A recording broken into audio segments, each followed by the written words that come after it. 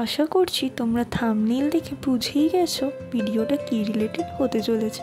আমি প্রথমেই ক্ষমা চেয়ে নিচ্ছি, কারণ আমি কোনো মেকআপ আর্টিস্ট নই বা অনেক দিনের এক্সপিরিয়েন্স আমার নেই। আমিও নতুন নতুন মেকআপ করছি। কোনো রকম যদি ভুল ত্রুটি থাকে তাহলে তোমরা প্লিজ ক্ষমা করে দিও।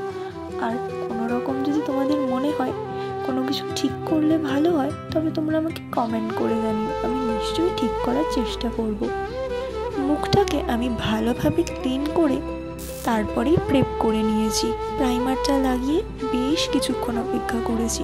হ্যাঁ, হয়তো এখানে দেখানো সম্ভব হয়নি, কারণ 1 মিনিট বা 1.5 মিনিটের ভিডিওতে এটা দেখানো সম্ভব হয় না। আর আমি যা যা মেকআপ প্রোডাক্ট ইউজ করেছি তা আমি তোমাদের সকলকেই দেখিয়ে দিয়েছি। সেরকম যদি প্রয়োজন পড়ে আমি সেগুলো ট্যাগও করে দেবো।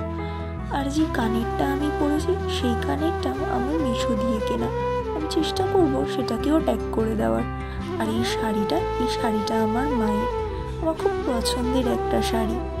আর হাতের ব্রেসলেটটা আমার কেনা সোদপুর থেকে। হ্যাঁ, যদি অনলাইনে এরকম রিলেটেড কোনো আমি কিছু পেয়ে যাই তাহলে আমি নিশ্চয়ই ট্যাগ করে দেব।